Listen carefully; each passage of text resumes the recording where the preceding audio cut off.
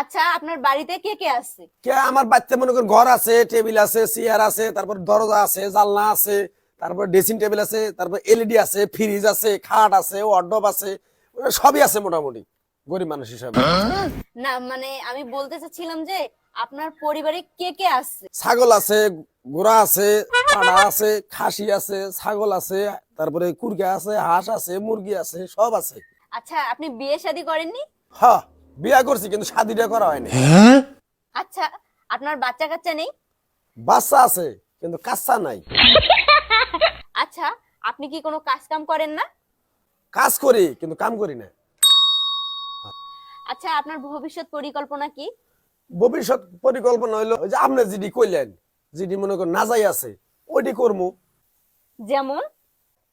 যেমন মনে করেন আমি এই যে বিয়া করছি, শাদি করি নেই, যেমন ওই যে বাচ্চা নিছি, কাচ্চা নেই নেই, যেমন কাজ করি কাম করি না, কাম করবো। দর্শক, আজকের মতো আমরা এখানেই বিদায় নিচ্ছি। বিদায় নিবেন মানে এটা কি উল্টা পাল্টা কথাবার্তা কইন আপনি? হ্যাঁ, আপনার এটা কি সাংবাদিক আপনি? এটা ভুয়া সাংবাদিক আপনি, বুঝছি তো আমি। কোন ধরনের প্রশ্ন আপনার? আমি বিয়ে শাদী করছি কিনা, বাচ্চা কাচ্চা আছে কিনা, তারপরে আমি কি করলাম না করলাম, এটা কি সাংবাদিক? তুমি তুমি সাংবাদিক না? হ্যাঁ, তুমি এটা কি সাংবাদিক? তুমি তুমি কোন কলেজে লেখাপড়া করছাও?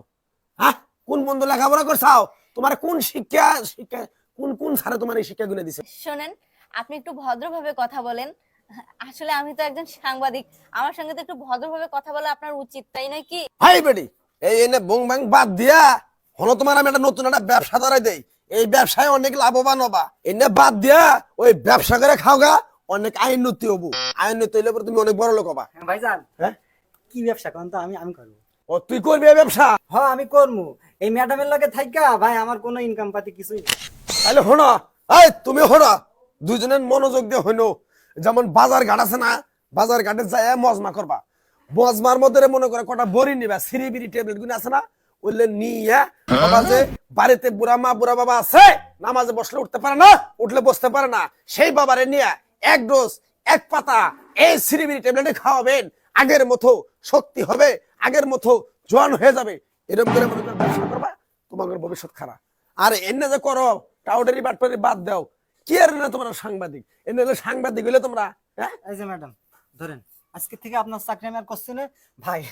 আপনি আমার একটা কঠিন বুদ্ধি দিয়েছেন।